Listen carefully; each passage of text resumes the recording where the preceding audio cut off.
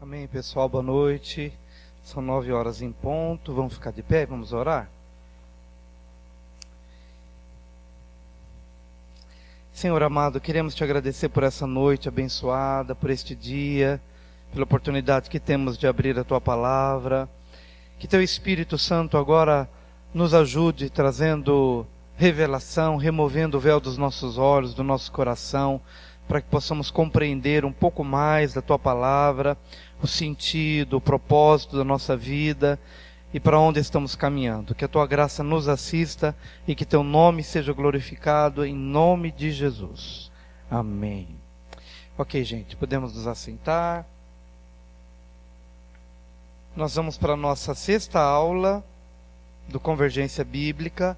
Essa aula escrita já foi passada aí no grupo do Convergência Bíblica. Quem não tiver ainda, quem não faz parte ainda do grupo, se quiser dar um nome para a gente, pode procurar o Israel, tiver a Esther, nos ajuda, não sei se até já chegou. Ah, sim, a Suzy também tem, tá bom? Pode ser no final, depois dá o seu nominho e a gente atualiza. Cada novo participante a gente renova levando as matérias que foram ministradas antes, mas a gente atualiza para você ficar em dia, tá bom? Mas essa aula de número 6 ainda é um complemento da 5ª aula. Cada aula procura ser independente da outra, mas essa, excepcionalmente, ela está vinculada à anterior, porque na aula de número 5, nós entramos lá em Levítico quando falamos sobre as festas, né? Festas bíblicas. E conseguimos passar 5 festas e deixamos ainda 2 pendentes para hoje, que é o que a gente vai procurar passar. Por isso hoje ainda é um complemento da aula da semana passada. Mas o que nós vimos da última aula, né, que semana passada foi feriado, o que nós vimos é o seguinte, que as festas bíblicas descritas em Levítico, vamos lembrar quais são? Primeira delas, Páscoa, depois Pães Asmos, depois Primícias, depois Pentecostes. Essas são as festas da primeira parte do ano, tudo bem? O que para eles é primavera, para a gente é outono, tá bom? O que para eles é outono, para a gente é primavera. Mas então essas primeiras festas do ano judaico, então são as festas que falam, bem simplificadamente, Páscoa, sacrifício de Jesus, tá bom? Pães Asmos, sepultamento de Jesus, já trazendo paralelo para o significado de Cristo. Então, Páscoa, morte de Cristo. Pães Asmos, sepultamento. Primícias, ressurreição.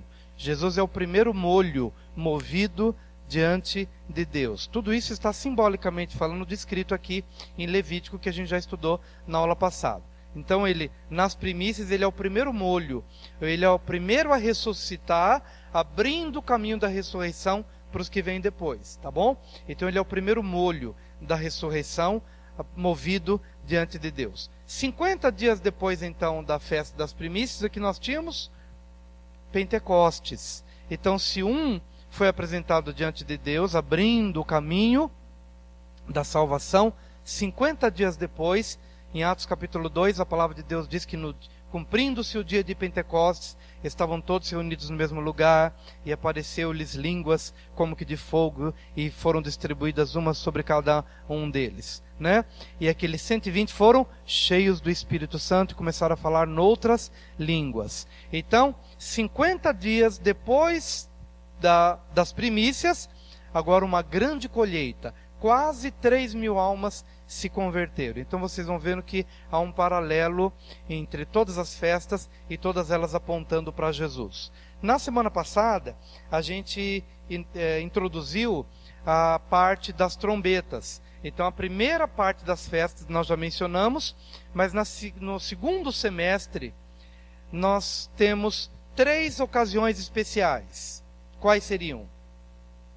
Trombetas, Yom Kippur, ou dia da expiação, e festa dos tabernáculos. Hoje, queridos, eu não trouxe a folha, não deu tempo de imprimir para distribuir para vocês, mas eu passei a aula.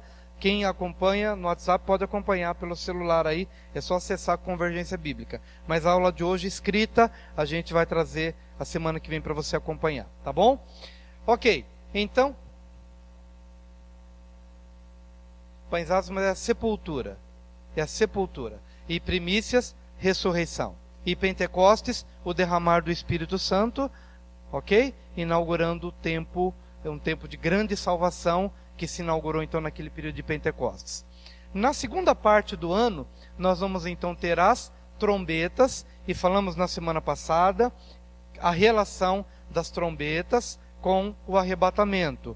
A aula está aí, você pode ver os paralelos, ao soar da última trombeta, abrir e fechar de olhos, a relação com a festa das trombetas, como que Paulo nos dizendo o seguinte, que o arrebatamento, ele muito provavelmente está ligado à festa das trombetas. Quando eu digo muito provavelmente, é porque quando a gente começa a entrar nessas questões relacionadas ao que ainda vai acontecer, a gente tem que admitir que existem linhas de interpretação diferentes. Nós estamos passando aquilo que a gente aprendeu há muito tempo atrás e que são as nossas convicções, por todas as bases que a gente vai apresentando biblicamente falando, ok? Mas eu prefiro ainda dizer muito provavelmente, porque essas questões relacionadas ao porvir, elas demandam outras interpretações. Algumas vertentes pensam de forma diferente, mas pelas bases que a gente tem estudado e tem passado, queremos então que a festa das trombetas está ligada ao arrebatamento, ao soar da última trombeta, no abrir e fechar de olhos. É assim que os judeus entendem esse período. Não sabemos o dia e a hora. A festa das trombetas ela acontece em 2 dias, justamente porque não se sabe exatamente quando vai começar.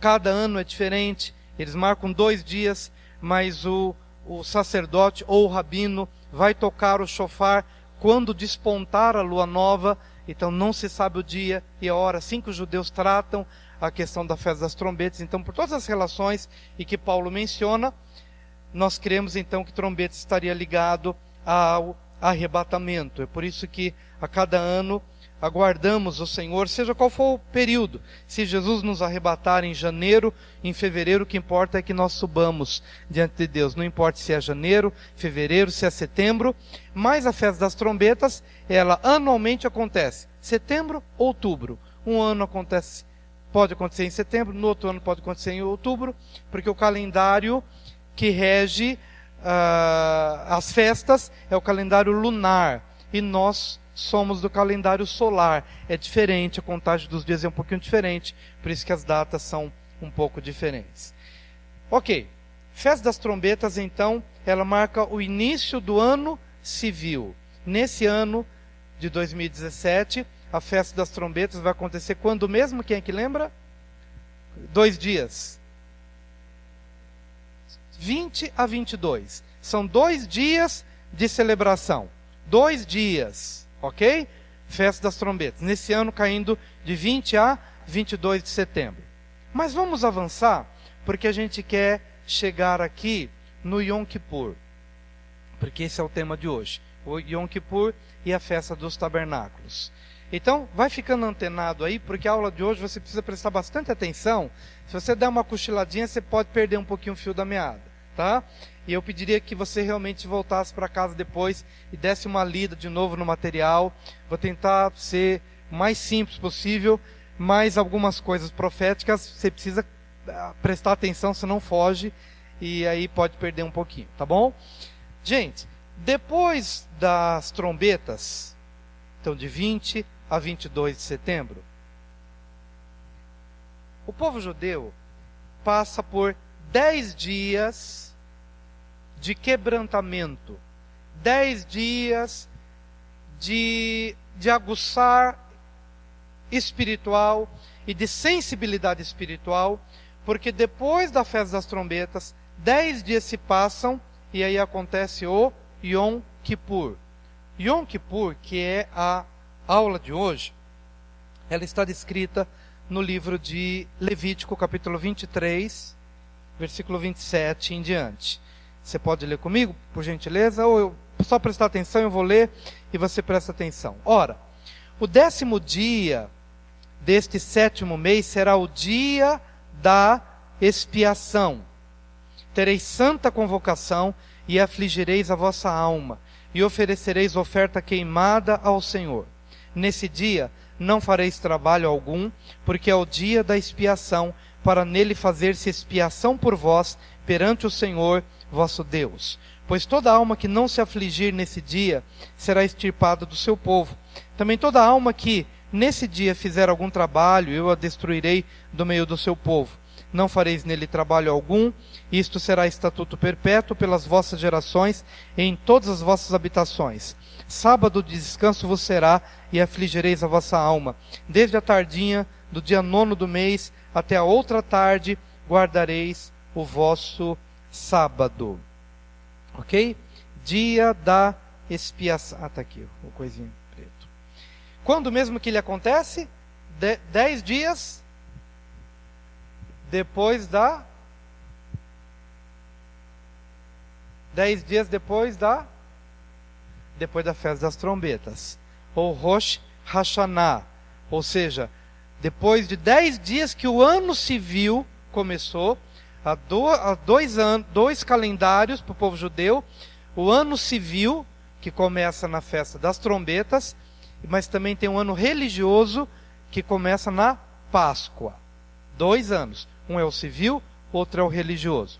Mas 10 dias depois que se começa o ano civil, durante esses 10 dias, quando eles inauguram esse novo ano civil, o que eles fazem durante os 10 dias? Eles refletem sobre a vida, eles pensam nos seus pecados, eles procuram buscar quebrantamento, eles procuram fazer uma análise dos vícios, de coisas repetitivas que acontecem na vida. A pessoa vai pensando, gente, eu tenho vivido uma vida de ciclos e ciclos e ciclos, mas eu nunca consigo avançar. E é nesse período que eles fazem realmente uma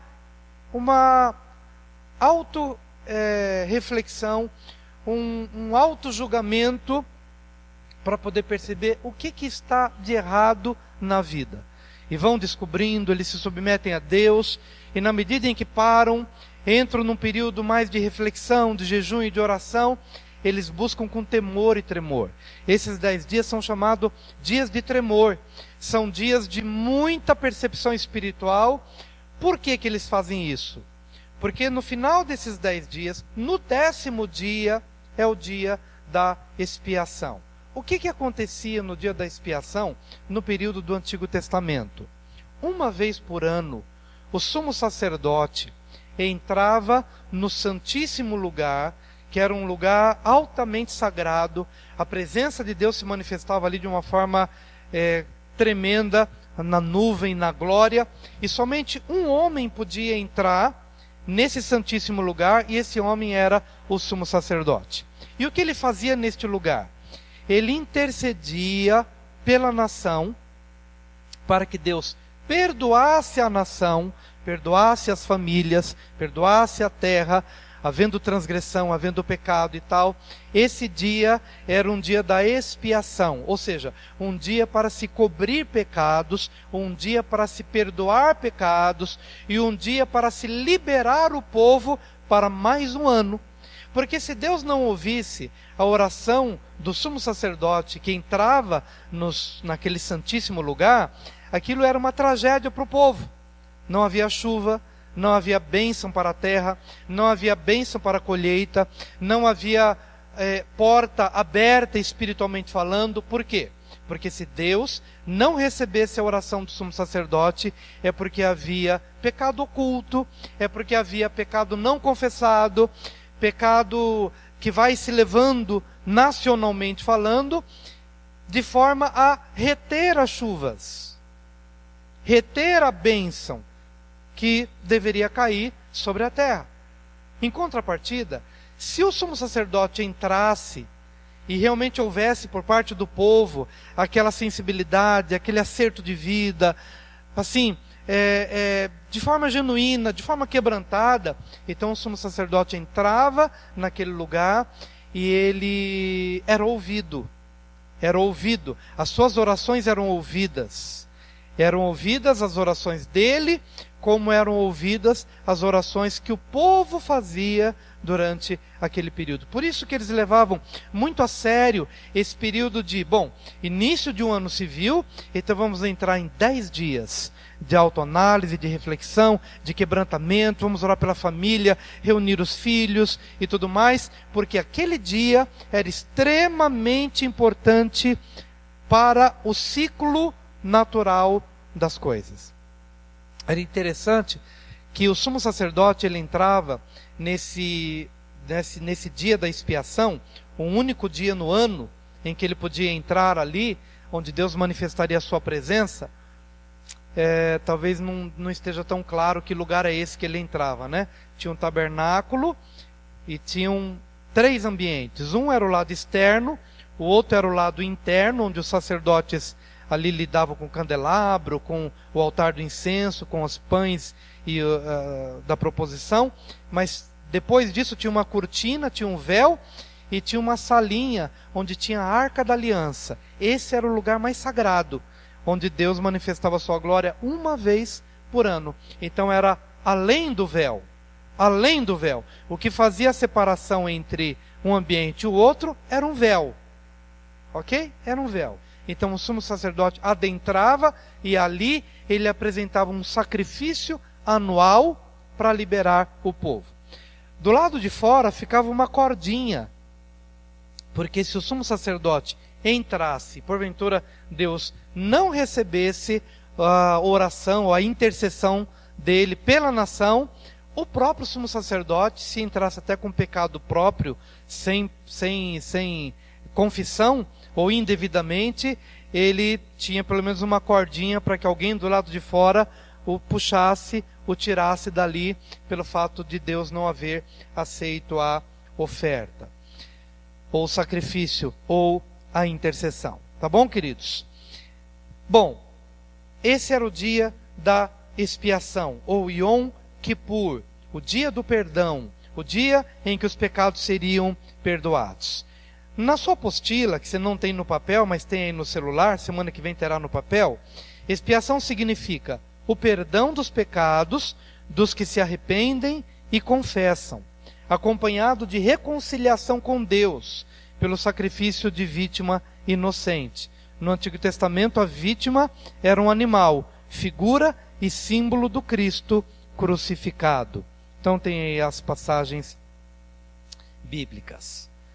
Bom, essa festa, ela era vivida, ela era comemorada ano após ano, e até hoje essa festa está no calendário do povo judeu. Mas ela está apontando para algo que vai acontecer. Como assim? Jesus já não morreu na cruz do Calvário? Como Páscoa, sim. Na Páscoa ele cumpriu e morreu em nosso favor. Mas há um dia em que os pecados, especialmente do povo de Israel, porque esse povo de Israel ainda está com os olhos fechados. Jesus Cristo morreu para expiar os nossos pecados, mas o povo judeu não teve como povo, como nação, ainda seus pecados expiados. Como poderão ter seus pecados expiados se ainda não creem no Messias que morreu por eles? Estão entendendo, queridos? Então, como igreja, nós já entendemos tudo. A Páscoa para nós é viva. Jesus morreu por nós. O sangue do Cordeiro já foi vertido e nós já abraçamos no nosso coração. Já entendemos, já compreendemos. Mas acontece que Deus tem um negócio muito especial com a sua nação, com o povo de Israel. Deus não se esqueceu do povo judeu. Por isso, aquilo que já é uma realidade, o evangelho que já foi abraçado por nós, porque entendemos quem é Jesus, mas esse evangelho ainda não foi entendido pelo povo. Por isso que toda vez que se há uma celebração do dia da expiação, ano após ano, um dia onde os pecados serão expiados, um dia, entendeu? Esse dia ainda está apontando lá para frente, quando o povo judeu há de compreender quem é o Messias. Antes vai ser enganado por um anti-Messias, por um anticristo, e o anticristo será enviado até para perseguir, porque lá no passado o povo judeu realmente rejeitou o verdadeiro. Então eles vão entender, ainda que as duras penas, ainda que as duras custas, né, o que é ter rejeitado o Messias e por um certo tempo acreditar no Messias errado, até que se cumpra a profecia de Zacarias, quando o povo vai entender que crucificaram a pessoa errada e abraçaram a pessoa errada, né? E então vão se arrepender, virá sobre o povo judeu o espírito de súplica, de clamor e de arrependimento, e eles desejarão o verdadeiro Messias. E aí, quando esse véu for removido dos olhos e do coração, se cumprirá o dia da expiação para eles. Estão compreendendo, queridos? Porque para nós, as trombetas já soaram, mas para o povo há um dia de expiação, há um dia de liberação e de perdão dos pecados. Agora, esse tempo, tudo de Deus é cronometrado, tudo tem um tempo, tudo tem uma hora. Não vá nessa conversa dizendo, estamos retardando a vinda de Jesus. Olha, a igreja é morna, ou a igreja não acordou, e enquanto a igreja não acordar, a gente vai atrasando a vinda do Senhor. Não é possível atrasar nada, porque tudo de Deus está cronometrado. O dia, a hora, nós podemos não saber, mas tudo de Deus tem o tempo, tem a hora certa. É por isso que eu coloquei ali aqueles 490 anos. Porque Deus determinou 490 anos para o seu povo, a partir de um determinado momento, que está aí na sua apostila. E nesse tempo que Deus determinou, Deus cumprirá tudo o que for necessário para a expiação do pecado do seu povo. Agora, que povo? Povo de Israel. Porque nesse momento não estamos mais falando de igreja. O dia da expiação tem a ver com o povo judeu. Tem a ver com a nação de Israel. E Deus então determinou um período para expiar o povo, para cobrir o pecado ou para extirpar o pecado desse povo.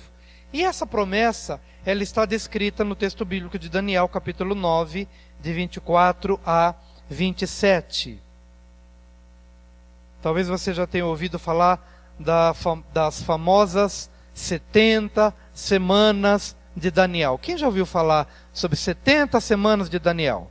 Alguns irmãos já ouviram falar das 70 semanas de Daniel. Pois bem, então a famosa 70 semanas está descrita em Daniel, capítulo 9, de 24 a 27, que vamos ler agora. Daniel 9, de 24 a 27, diz assim: 70 semanas estão determinadas sobre o teu povo e sobre a tua santa cidade. Para quê? Para cessar a transgressão, e para dar fim aos pecados, e para expiar a iniquidade, e trazer a justiça eterna, e selar a visão e a profecia, e para ungir o Santíssimo. Sabe e entende, desde a saída da ordem para restaurar e para edificar a Jerusalém, até ao Messias, o príncipe, haverá 7 semanas e 62 semanas. As ruas e o muro se reedificarão, mas em tempos angustiosos. E depois das 62 semanas, será cortado o Messias, mas não para si mesmo. E o povo do príncipe que há de vir destruirá a cidade e o santuário, e o seu fim será com uma inundação. E até ao fim haverá guerra. Estão determinadas as assolações e ele firmará aliança com muitos por uma semana, e na metade da semana fará cessar o sacrifício e a oblação, e sobre a asa das abominações virá o assolador, e isso até a consumação, e o que está determinado será derramado sobre o assolador. Bom, não dá para a gente aqui destrinchar tudo que está aqui nessa passagem bíblica, porque realmente demandaria muitas aulas em cima disso. Mas a gente quer apenas que os irmãos se exponham ao tema, estudem. Podem avançar nos estudos, pesquisar. Aqui é um pontapé inicial e em outras oportunidades a gente vai conversar. Mas Deus determinou então 490 anos, que na linguagem profética está sendo chamado de 70 semanas. 70 semanas. Uma semana tem quantos dias? 7 dias. Então, profeticamente falando, seriam 70 vezes 7. Para a gente conhecer o que isso representa, são 70 vezes 7. Porque cada semana representa 7 anos. Então, se são 70 semanas, você teria que multiplicar aqui 70 vezes 7. Então, é uma linguagem profética, uma linguagem figurada. 70 semanas representa, então, 490 anos. Que Deus determinou para que nesse período Ele pudesse fazer tudo em favor do povo de Israel. Tá bom? Só que esses 490 anos, eles estão divididos em 483 anos, que é o equivalente a 69 semanas. E 7 anos, que representa uma semana. Onde é que nós vemos essa divisão? No próprio texto que a gente acabou de ler. A gente está verificando aqui o seguinte, pela leitura de Daniel 9, de 24 a 27, nós vamos dizer o seguinte, que 483 anos, a partir de quando? Desde quando saiu o decreto para se restaurar a cidade de Jerusalém, os muros de Jerusalém.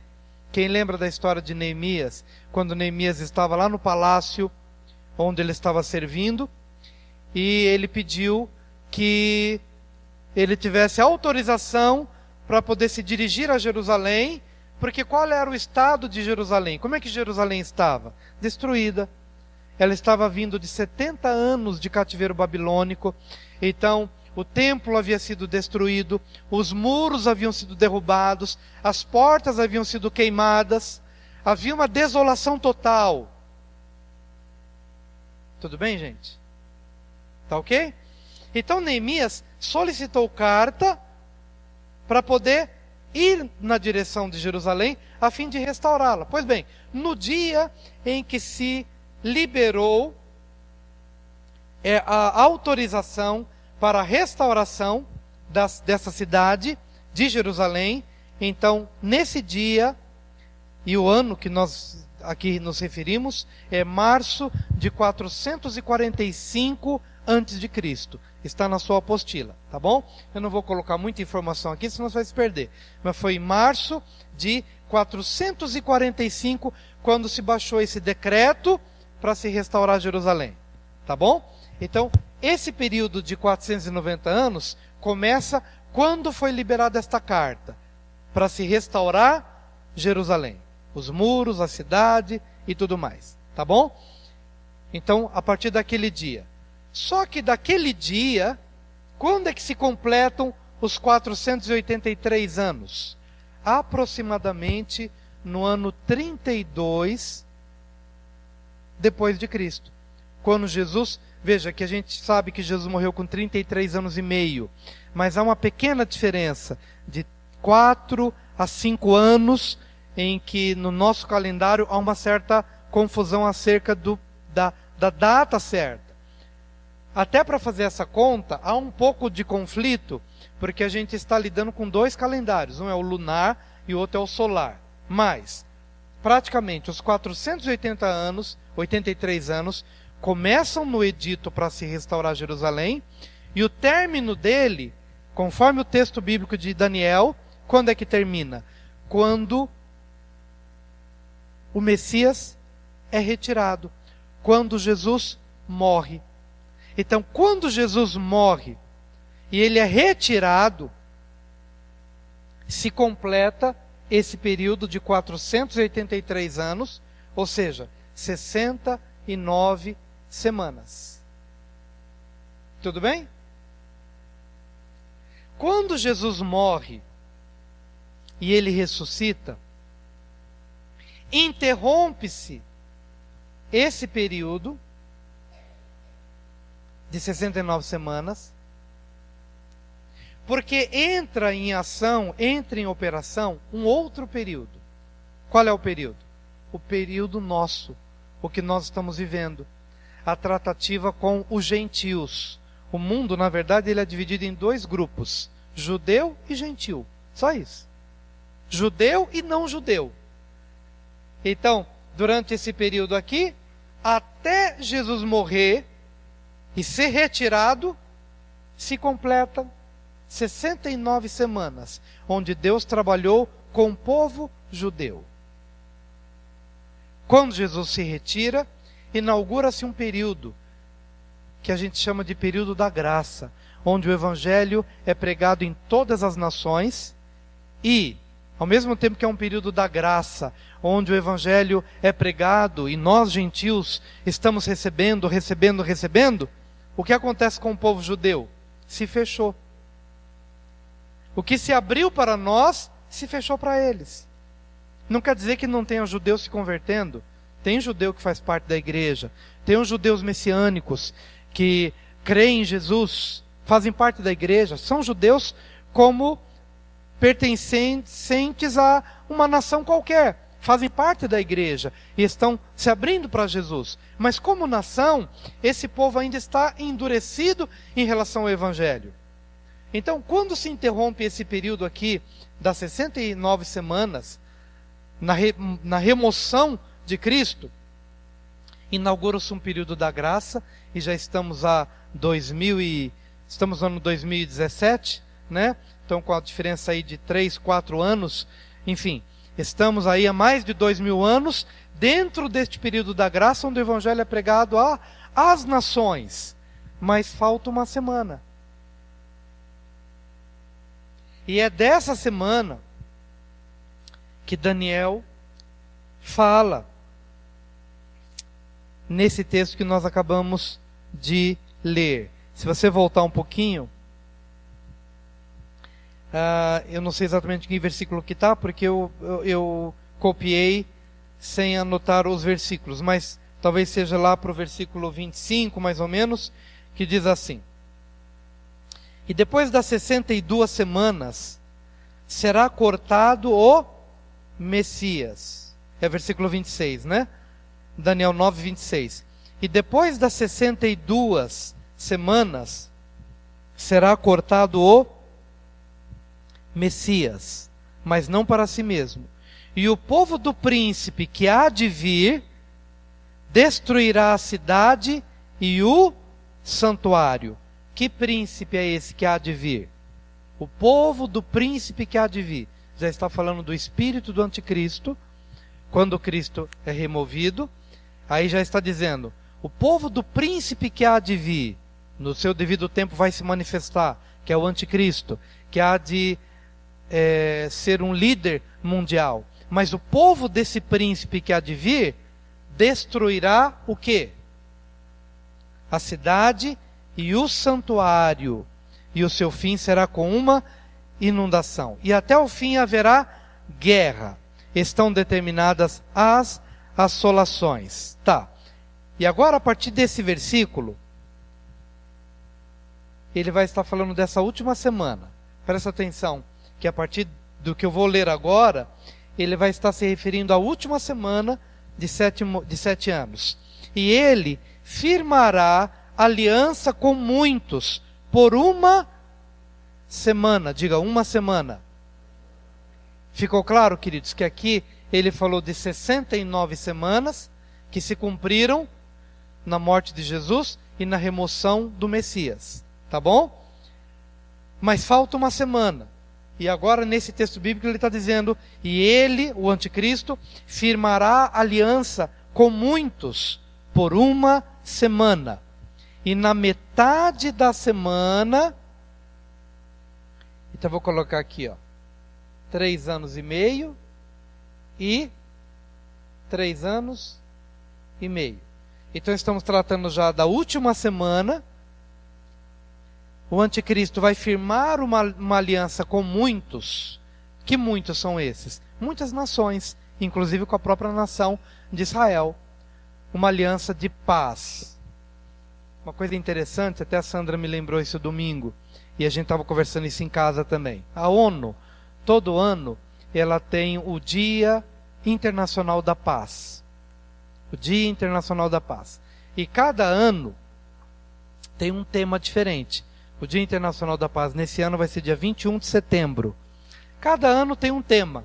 Mas o deste ano envolve essas duas palavras. Eu não vou dizer exatamente a frase inteira, que eu não me lembro agora. Mas 2 palavras chamam a atenção. Paz e segurança. E Paulo nos diz lá em 1 Tessalonicenses, capítulo 5, quando todos disserem paz e segurança, eis que virá repentina destruição. Então o tema desse ano é exatamente esse. Paz, tem alguma coisa a mais, e segurança. Então veja só, o anticristo, ele vai firmar uma aliança com muitos. O que o mundo hoje quer? Paz e segurança. Qual vai ser a base desta aliança? Gente, olha, se a gente seguir nesse caminho, e se houver um líder mundial que realmente pacifique o Oriente Médio, que pacifique a Coreia do Norte, que pacifique os Estados Unidos, que pacifique a Rússia, não é tudo aquilo que a gente quer? É ou não é? Pois bem, então, essa última semana, ela vai ser inaugurada quando um líder mundial fizer uma aliança com muitos. E certamente a proposta será essa: paz e segurança. E todos vão, aderir a isso, porque na verdade todo mundo quer paz e segurança. No entanto, no meio deste período, desta última semana, ele vai quebrar a aliança. E ele firmará aliança com muitos por uma semana. E na metade da semana, fará cessar o sacrifício e a oblação. Que sacrifício e oblação? Veja só, que no ano 70, voltando um pouquinho, por isso que disse que a aula de hoje vai e volta, então vamos prestar bem atenção. Quando Jesus ele é removido, quando o Messias é removido, aqui no final das 69 semanas, o próprio texto bíblico diz que, depois de algum tempo, o templo seria destruído. E o que aconteceu no ano 70 da nossa era cristã? O general Tito, do Império Romano, invadiu Jerusalém, destruiu Jerusalém e destruiu o templo. Então não tem templo hoje. No lugar do que era o templo de Salomão, ficou apenas um muro das lamentações. Que na verdade é um muro dos dias de Herodes. Quem vai lá para o muro da lamentação, vai, porque se conservou aquele muro como resquício dessas destruições que aconteceram no ano 70 da era cristã. O que vai acontecer? Praticamente todas as peças do templo já estão prontas. Porque o povo de Israel está se preparando para reerguer o templo, que vai ser profanado pelo anticristo. O anticristo entrará nesse templo, no templo que ainda não foi erguido. E por que não foi erguido? Porque no lugar do templo antigo hoje há uma mesquita dos muçulmanos. Então certamente esse líder mundial, ele vai ser tão bom no sentido de pacificar o mundo, que provavelmente por meio dele vai conseguir com que se haja paz para se construir o templo. Se houver um cara que realmente consegue fazer com que os muçulmanos aceitem que o templo dos judeus seja construído no lugar ou próximo do lugar dos muçulmanos, então realmente ele é um cara extremamente competente que tem que ser ouvido pelo mundo inteiro. Estão entendendo? Só que no meio deste ano, no meio desta semana, ele vai profanar esse templo. Um templo que não foi erguido ainda, um templo que está em preparação. Pelas pesquisas, praticamente todas as peças desse templo já estão prontas, candelabro, as pias, tudo pronto. Tem uma novilha vermelha, que é raríssima, que ela não pode ter nenhum pelo branco na novilha, porque tem que ser novilha totalmente vermelha. E o sumo sacerdote tem que analisar para ver mesmo se não tem nenhum pelinho, né? Debaixo aqui da axila, né? Nas patas, no corpo, não pode ter nada, tem que ser totalmente vermelha. E até isso parece que já encontraram, já estão separando para que elas possam oferecer um tipo de sacrifício especial determinado aqui em Levítico. Enfim, o que eu quero dizer apenas é o seguinte: todo o cenário está pronto, só precisa mesmo de alguém, de um líder mundial que possa pacificar o Oriente Médio para que o templo seja reerguido. Mas, no meio dessa semana, o acordo vai ser quebrado, o templo vai ser profanado, esse homem vai reivindicar uma adoração como Deus, e é nessa hora que o povo judeu vai acordar e vai perceber que ele não é o Messias esperado. E então, virá nas asas da abominação, ele vai profanar o templo e suscitar realmente uma grande revolta e também uma grande perseguição contra o povo judeu, tal qual não houve na história humana nenhum outro período semelhante de tamanha violência, de tamanha perseguição, como esse último período aqui. Esse último período é chamado de Grande Tribulação. Esse primeiro período é chamado apenas de tribulação. Já vai ser um tempo difícil, mas esse tempo final será chamado de Grande Tribulação. Mas, amados, o que tudo isso tem a ver com expiação? Veja, na sua apostila, há um propósito para esse tempo determinado. Primeiro, cessar a transgressão, dar fim aos pecados, expiar a iniquidade, trazer a justiça eterna, selar a visão e a profecia, selar a visão e a profecia e ungir o Santíssimo. Ou seja, o povo de Israel vai ser peneirado de tal maneira que eles vão clamar pelo verdadeiro Messias. E então, no final deste período, virá o Senhor, o verdadeiro Messias. No final da tribulação. Para a igreja, ele já veio quando? Antes disso. Porque se nós estamos aqui na última semana, veja que entre a 69ª e a 70ª semana, há um período. Esse é o período da igreja. A igreja está aqui. Terminando o período da igreja, segundo as nossas convicções, a igreja é arrebatada. E aí, o tratamento, a tratativa de Deus é com as nações em geral, daqueles que ficaram, que não subiram no arrebatamento, mas o foco de Deus é para com a nação de Israel, porque ele tem um objetivo de cumprir a promessa que ele fez no livro de Daniel, de que completaria o tratamento de Deus com a nação de Israel. Ok? Tudo bem, gente?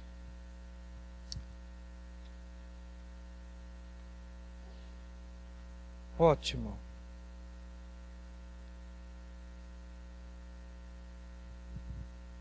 Tudo bem. Quando Jesus vem, ele encontra um povo realmente quebrantado. E é nessa hora que ele vem e expia o pecado.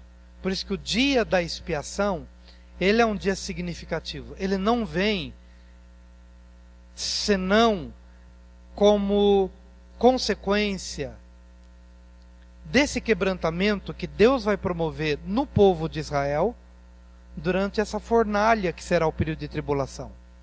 Será um período de juízo para o mundo inteiro. Muita gente vai se converter no mundo inteiro. Eu preparei um material que eu não quis passar para vocês, para não confundir a cabeça, mas é um material sobre ressurreições, sobre o que eu creio acerca disso, quais as minhas convicções acerca disso, e eu passarei no momento oportuno, mas eu queria que vocês mastigassem bem, tivessem esse entendimento primeiro do que nós estamos dizendo, para que as coisas possam fazer sentido, né? Para que a gente possa encaixar todas as coisas no seu devido lugar, que senão a gente confunde tudo, né? Confunde uma coisa com a outra. Mas, com certeza, depois dessa fornalha pela qual o povo de Israel passa, certamente ele vai desejar, como nesses 10 dias de prova e de fornalha, que vem antes do dia da expiação, de quebrantamento, de arrependimento, assim será o dia da expiação, quando o Senhor vem e encontra um povo quebrantado, encontra um povo arrependido. E então, no final deste período, ele expia o pecado do seu povo. E qual será o resultado dessa expiação? A celebração. O que vem depois da expiação? A festa dos tabernáculos, festa das cabanas, ou Sucote.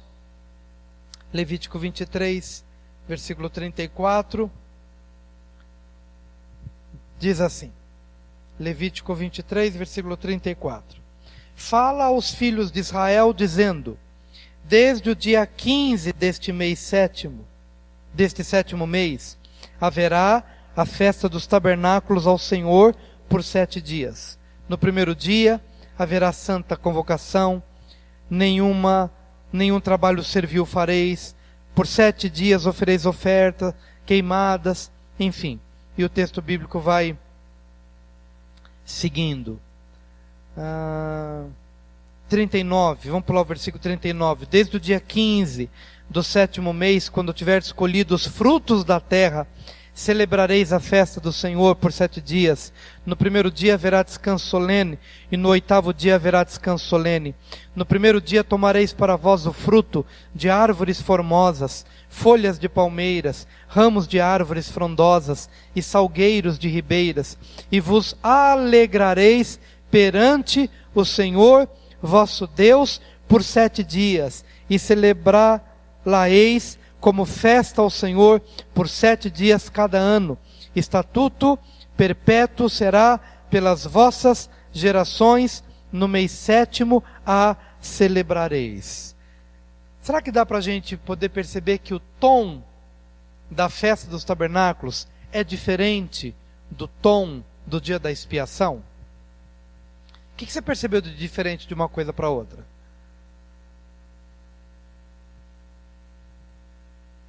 No dia da expiação, ou nos 10 dias, você está confessando, se arrependendo, e há uma expectativa, né? O pecado será expiado, terei a bênção para o próximo ano, então há uma certa apreensão.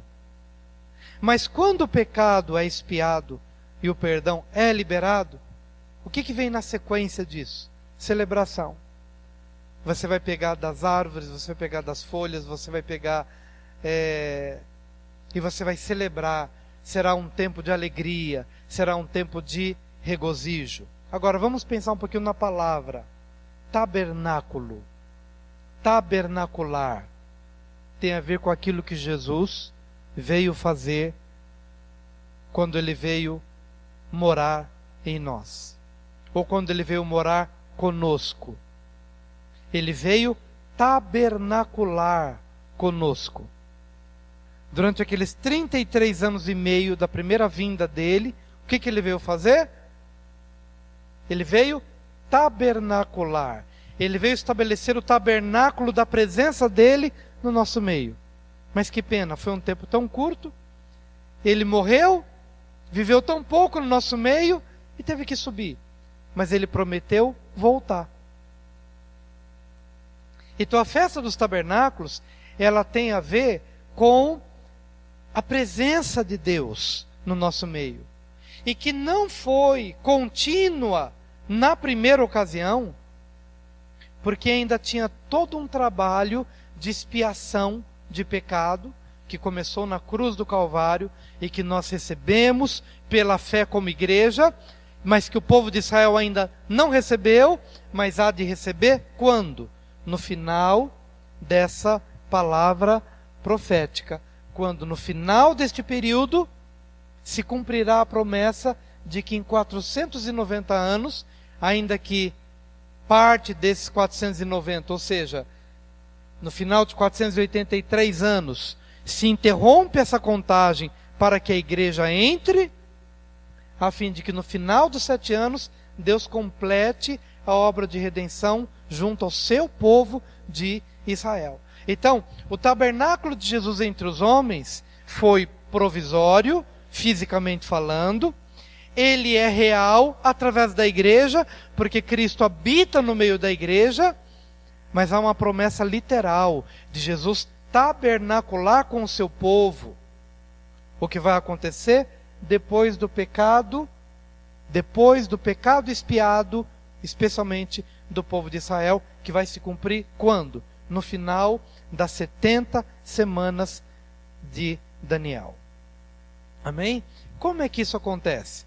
Quando você entra em Apocalipse 20, de 1 a 10, eu vou ler para apenas a gente encerrar a ministração de hoje. Apocalipse 20, de 1 a 10. Vi descer do céu um anjo que trazia na mão a chave do abismo e uma grande corrente. Ele prendeu o dragão, a antiga serpente, que é o diabo, Satanás, e o acorrentou por 1000 anos. Lançou-o no abismo, fechou-o e pôs um selo sobre ele, para assim impedi-lo de enganar as nações, até que terminassem os 1000 anos. Depois disso, é necessário que ele seja solto por um pouco de tempo. Vi tronos em que se assentaram aqueles a quem havia sido dada a autoridade para julgar. Vi as almas dos que foram decapitados por causa do testemunho de Jesus e da palavra de Deus. Eles não tinham adorado a besta, nem a sua imagem, e não tinham recebido a sua marca na testa, nem nas mãos. Eles ressuscitaram e reinaram com Cristo durante 1000 anos. O restante dos mortos não voltou a viver até se completarem os 1000 anos. Esta é a primeira ressurreição. Felizes e santos os que participam da primeira ressurreição. A segunda morte não tem poder sobre eles. Serão sacerdotes de Deus e de Cristo, e reinarão com ele durante 1000 anos. Quando terminarem os 1000 anos, Satanás será solto da sua prisão e sairá para enganar as nações que estão nos 4 cantos da terra, Gog e Magog, a fim de reuni-las para a batalha. Seu número é como a areia do mar. As nações marcharam por toda a superfície da terra e cercaram o acampamento dos santos, a cidade amada. Mas um fogo desceu do céu e as devorou. O diabo que as enganava foi lançado no lago de fogo que arde com enxofre, onde já haviam sido lançados a besta e o falso profeta. Eles serão atormentados dia e noite para todo o sempre. Pois bem, no final da tribulação, Cristo vem, pisa na terra, diferente do que vai acontecer no arrebatamento da igreja. No arrebatamento da igreja, Cristo vem nas nuvens. Os que morreram durante o período da igreja ressuscitam e vão ao encontro do Senhor nas nuvens. E a igreja é arrebatada ao encontro do Senhor nas nuvens. Isto não é visível na terra, é o encontro nas nuvens, o arrebatamento da igreja, ok? Depois do arrebatamento da igreja, entra esse período de 7 anos, a 70ª semana de Daniel, um tempo especialmente para o povo judeu. No final destes 7 anos, Cristo vem, mas Ele vem de forma visível, todo olho o verá. Aí sim, a sua vinda não será como na ocasião do arrebatamento, secreta, será visível, pública e notória. E Ele vem para pisar no Monte das Oliveiras e a partir de Jerusalém reinar sobre as nações. E isto é tabernacular. Isto é, morar conosco. Mas a Bíblia diz que Ele vem para reger as nações com vara de ferro. O milênio, ao contrário do que alguns pensam, não será uma coisa assim de que será só santos na terra, só obediência. Não.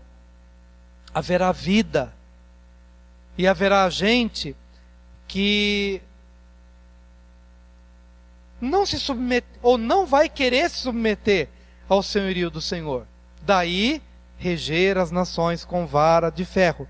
Porque se todo mundo fosse bonzinho, se todo mundo fosse cordeirinho, não haveria necessidade de vara de ferro.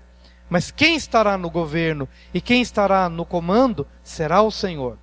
Tanto é que esse povo não é totalmente santo e não é totalmente bom, que no final deste período, muitos se ajuntarão contra o governo ou contra o reinado de Cristo. Certo? Por isso que não será tudo mar de rosas, mas será uma bênção, porque quem estará no governo, no reinado das nações, será o próprio Cristo. E por que Ele fará isso? Porque nas alianças que Ele fez com o povo de Israel, ao longo do Antigo Testamento, Ele prometeu se assentar no trono de Davi. Ele fez uma aliança com Davi, de que ele se assentaria. Então, o reinado messiânico, o governo de Cristo sobre as nações, é cumprimento de uma aliança.